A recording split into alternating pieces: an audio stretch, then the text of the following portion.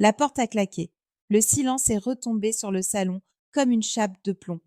Hubert est parti avec ses certitudes et son parfum coûteux. Il pense m'avoir brisé. Il croit que ma mémoire s'effiloche comme un vieux rideau. Sur la table en acajou, le dossier m'attendait. Des pages glacées remplies de termes juridiques. Mon consentement pour la maison de repos, ma signature pour lui léguer la gestion de tout mon patrimoine. 2 millions d'euros transformés en quelques lignes d'encre noire. Ces paroles résonnaient encore dans ma tête. Tu es fatiguée, Catherine. Tu ne peux plus décider seule. C'est pour ton bien. J'ai regardé mes mains. Elles ne tremblaient pas. Pas cette fois. Pendant des années, j'ai été la bonne élève.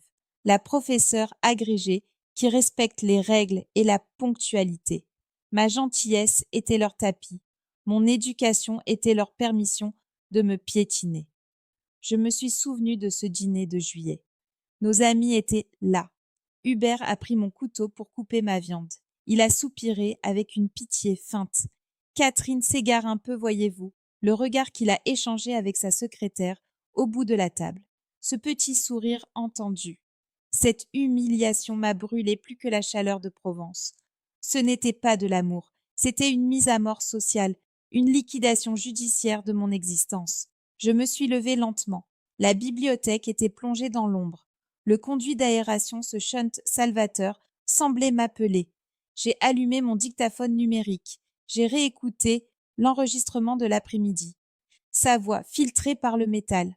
Demain, elle dégage. Je récupère la main sur les comptes. La précision du prédateur. Il me voyait déjà comme un meuble encombrant qu'on stocke à la cave. Mais il a oublié une chose essentielle. Une professeure de lettres sait toujours repérer les fautes de syntaxe. Et son plan manquait cruellement de cohérence. J'ai ignoré son stylo plume en or posé sur le dossier. J'ai pris mon vieux bic, celui qui ne ment pas. J'ai ouvert mon ordinateur portable. Mes doigts volaient sur le clavier. Maître Clémence Royer m'avait envoyé les documents de contre-attaque. Un mandat spécial, une révocation de tous les pouvoirs donnés à mon mari, une plainte pour abus de faiblesse étayée par son propre aveu vocal. J'ai signé, d'un trait sec et définitif. Chaque lettre était une lame, chaque paraphe était un mur qui se dressait entre lui et mon argent, entre lui et ma liberté. Le clic de l'envoi du mail a été le plus beau son de ma vie. C'était le point de non-retour. La maison était vide, mais je ne m'étais jamais sentie aussi habitée. J'ai pris les documents qu'il voulait que je signe. Je ne les ai pas déchirés. Je les ai rangés soigneusement dans le tiroir. Il doit croire que je vais obéir jusqu'au dernier moment. Je vais jouer la comédie de la vieille dame confuse encore quelques heures. Je vais le regarder savourer sa victoire imaginaire au petit déjeuner. Il ne sait pas que le piège s'est refermé sur lui dans ce silence. Je ne suis plus sa proie, je suis son juge. La nuit est froide, mais mon esprit est d'une clarté absolue. Le jeu est terminé, Hubert. Et tu as déjà perdu. Le dîner a commencé sous une chaleur étouffante. Les grillons chantaient encore derrière les volets clos de l'hôtel particulier. Hubert avait invité son associé Marc et sa femme pour célébrer une affaire imaginaire. En réalité, il voulait des témoins officiels pour ma déchéance. Il a posé sa main sur la mienne avec une tendresse qui me donnait la nausée. Marc a parlé de gestion de patrimoine et de sécurité pour l'avenir. Hubert a souri en me regardant droit dans les yeux. Il a mentionné Maître Perrin, le notaire de la famille. Il a précisé que le rendez-vous du lendemain était crucial pour notre tranquillité. Mon cœur a cogné contre mes côtes comme un oiseau en cage. J'ai pensé à l'email envoyé à Clémence Royer 1 heure plus tôt. Si Maître Perrin recevait la révocation avant le dîner, tout s'écroulerait.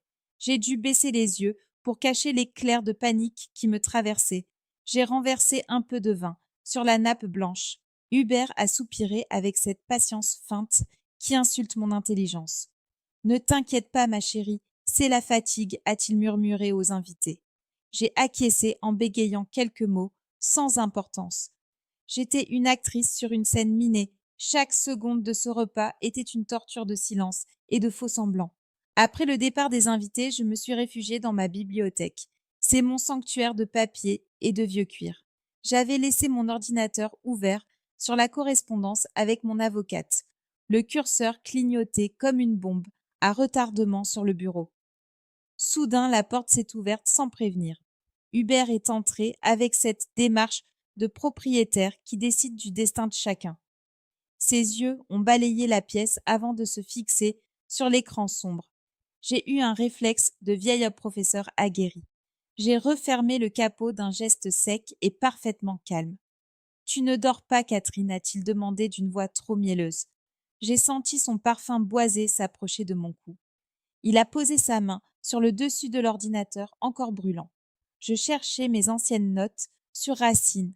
Ai-je répondu avec une froideur glaciale. Il a froncé les sourcils en cherchant une faille dans mon regard. J'ai soutenu son examen sans ciller.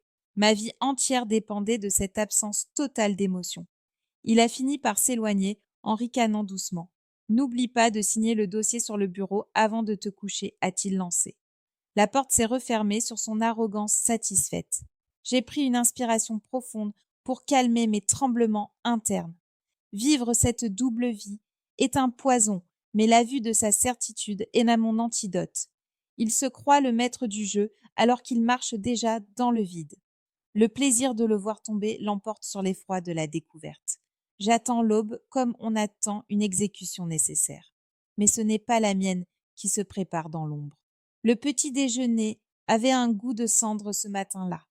Hubert tapotait nerveusement sur sa tablette entre deux gorgées de café noir tandis que le soleil d'Aix-en-Provence commençait déjà à mordre les vitres de la salle à manger. J'observais les veines de son cou se gonfler à chaque seconde qui passait. Il a soudain lâché son couvert, et le bruit de l'argent sur la porcelaine a résonné, comme un coup de feu dans le silence de la pièce. « Catherine, pourquoi est-ce sauf que l'accès au compte de la SCI est bloqué ?» a-t-il demandé d'une voix étranglée par une colère froide. J'ai porté ma tasse à mes lèvres avec une lenteur calculée en sentant la porcelaine tiède contre mes doigts. Mes mains étaient de marbre. Le compte de la SCI, ai-je répété en fronçant les sourcils avec cette expression de confusion que j'avais si bien répétée devant mon miroir. Il s'est levé brusquement en repoussant sa chaise qui a gémi sur le parquet.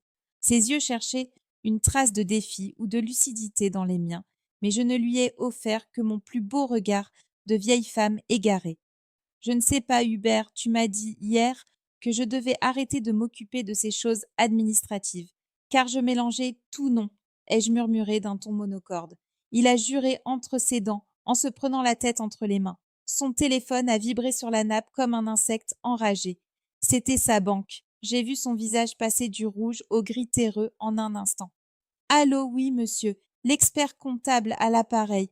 Je ne comprends pas pourquoi mes virements sortants sont rejetés ce matin. » Un silence de mort s'est installé dans la pièce, tandis qu'il écoutait la réponse à l'autre bout du fil. Ses doigts se crispaient sur l'appareil jusqu'à en devenir blancs. Commença une opposition pour suspicion de fraude et détournement de fonds, a-t-il hurlé en oubliant totalement ma présence. Il s'est tourné vers moi avec une fureur animale. « Qu'est-ce que tu as fait, Catherine ? Dis-moi ce que tu as signé hier soir. » J'ai baissé la tête en feignant un tremblement de peur et j'ai laissé une larme couler sur ma joue. « Je ne comprends pas de quoi tu parles. Tu me fais peur quand tu cries comme ça, Hubert. » La sueur perlait sur son front, malgré la climatisation qui ronronnait. Il a commencé à faire les 100 pas dans la salle à manger, en bousculant les meubles sur son passage. Son empire de papier commençait à brûler sous ses pieds, et chaque appel qu'il passait ne faisait qu'attiser les flammes. Sa secrétaire ne répondait plus, et son associé semblait avoir disparu de la circulation. Je restais là immobile, mon cœur battant la chamade, sous ma chemise de nuit en soie, savourant le spectacle de sa décomposition. L'atmosphère est devenue totalement irrespirable en moins d'une heure dans cet hôtel particulier qui ressemblait désormais à une cellule de prison. Marc, son associé, est arrivé à l'improviste en forçant presque la porte d'entrée. Son regard fuyant et ses mains moites trahissaient une panique totale. Il a entraîné Hubert dans le bureau et je me suis immédiatement postée dans la bibliothèque juste au-dessus du conduit d'aération. Leurs voix montaient avec une clarté terrifiante. « On est foutus !» Hubert hurlait Marc en jetant des papiers sur le bureau. La cellule de renseignement financier a bloqué tous les transferts vers le Luxembourg et il parle d'un signalement pour abus de faiblesse sur ta femme. Hubert frappait du poing sur la table de chêne avec une violence qui faisait vibrer les murs. C'est impossible, elle ne voit personne, elle ne parle à personne, elle est sénile. Je souriais dans l'ombre de mes livres en caressant mon dictaphone. Ils sont sortis du bureau comme des bêtes traquées et Hubert s'est arrêté net devant moi dans le couloir. Ses yeux étaient injectés de sang et son parfum coûteux semblait avoir tourné. Tu as vu cette avocate, Clémence Royer, n'est-ce pas? Tu as profité de mon absence pour saboter des années de travail. J'ai posé mon recueil de Racine sur le guéridon avec une dignité retrouvée. Je ne vois pas de quoi tu parles. Hubert, j'étais ici tout l'après-midi à lire mes classiques, comme tu me le conseilles si souvent. Menteuse, a-t-il crié en saisissant violemment mon bras. À cet instant précis, la sonnerie de l'entrée a déchiré le vacarme de ses accusations. Ce n'était pas le médecin de la maison de repos qui devait m'emmener. J'ai ouvert la porte avec une sérénité royale en ignorant la main d'Hubert qui retombait. Un homme en costume sombre et austère se tenait sur le perron avec une mallette de cuir noir. Monsieur Hubert de Villedieu a-t-il demandé d'une voix sans émotion. Hubert s'est approché avec son ancienne arrogance, en pensant sans doute à une simple erreur administrative. L'homme a sorti un pli bleu de sa sacoche avec un geste précis et définitif. Je suis maître Lemoine, huissier de justice, mandaté par le tribunal de grande instance d'Aix-en-Provence. Je viens vous signifier une ordonnance de référé pour la saisie conservatoire immédiate de l'ensemble de vos actifs bancaires et immobiliers, ainsi qu'une citation à comparaître pour abus de faiblesse et tentative de spoliation aggravée. Hubert a tendu la main pour prendre le document, mais ses doigts refusaient de se refermer sur le papier glacé. Il a regardé le sceau officiel, puis il a levé les yeux vers moi. J'ai cessé de jouer la comédie et je me suis redressé de toute ma hauteur de professeur agrégé. J'ai croisé les bras sur ma poitrine en le fixant avec un mépris souverain. Son visage s'est affaissé comme un masque de cire exposé à une flamme trop vive. Il a compris que la vieille dame, confuse, n'existait plus. Le silence qui a suivi était enfin propre et libérateur. Le piège de fer s'était refermé sur lui et le prédateur était devenu le prisonnier de sa propre avidité devant les yeux effarés de son complice. Tout était terminé. Je suis assise sur le rebord de ma baignoire. La porte est verrouillée à double tour. De l'autre côté, les cris d'Hubert déchirent les couloirs. Il hurle mon nom comme une bête traquée. C'est un son que je n'oublierai jamais. C'est le cri d'un homme qui tombe. Marc supplie l'huissier dans l'entrée. Il parle de malentendus et d'erreurs. Maître Lemoine reste de glace. Les scellés vont être posés partout. Mon téléphone vibre sans arrêt. C'est mon avocate qui s'inquiète. Je ne réponds pas. Mes mains tremblent trop. J'ai filmé sa fureur de ce matin.